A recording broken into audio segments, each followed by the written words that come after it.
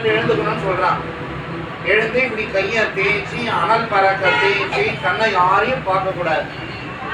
நாம அப்படி கையை திறந்து இப்படி பார்க்கணும். பார்த்தாக்க என்ன இருக்கணும், கையில மகாலட்சுமி துர்காலட்சுமி 3 பேரை இப்படி பார்க்கணும்.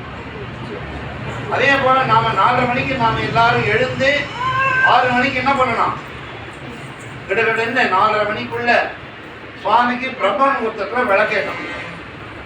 பிரம்ம முகூர்த்தத்துல சுவாமிக்கு விளக்கேற்றிட்டு ஒரு பூவை எடுத்து போட்டோம் அப்படின்னாவே வீட்டில் இன்னைக்கு என்ன வராது, தரிதரம் வரவே வராது, லக்ஷ்மி கடாட்சம் தான் வரும்.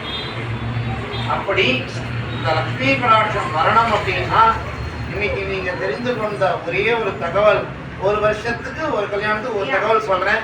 இந்த கல்யாணத்துக்கு உங்க சொல்லப்பட்ட தகவல், கையில 3 தெய்வங்கள் இருக்கிறது, அதை நாம் பார்ப்போம்.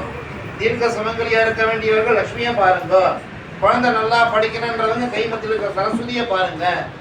நிறைய பணம் இருக்கு, அதை எப்படியாவது காப்பாத்திக்கணும், திருடம் வந்து திரும்ப கூடாது, வீரம் வேணுமா துர்க்கியை பாருங்க. கல்வியா செல்வமா வீரமான ஒரு படம் வந்து அதுதான் கதை. அந்த கதை இதை பார்த்து தான் சொன்னோம். அதனால கல்வி இருந்தால் செல்வம் வரும், செல்வம் இருந்தால் பாதுகாத்துக் கொள்ள வீரமும் வந்துவிடும். அதனால இந்த வருஷம் நமக்கு குறிப்பு என்ன அப்படின்னா, நீங்க எல்லாரும் பண்ண வேண்டியது, நம்ம வயசானவங்க வந்திருப்போம், நமக்கு பிள்ளைங்க மருமக பேரன் பேத்தி இருப்பாங்க, பேரன் பேத்தி வந்திருப்பாங்க, அவங்க அப்பா அம்மா கிட்ட போய் சொல்லுங்க, தாத்தா பாட்டி கிட்ட சொல்லுங்க.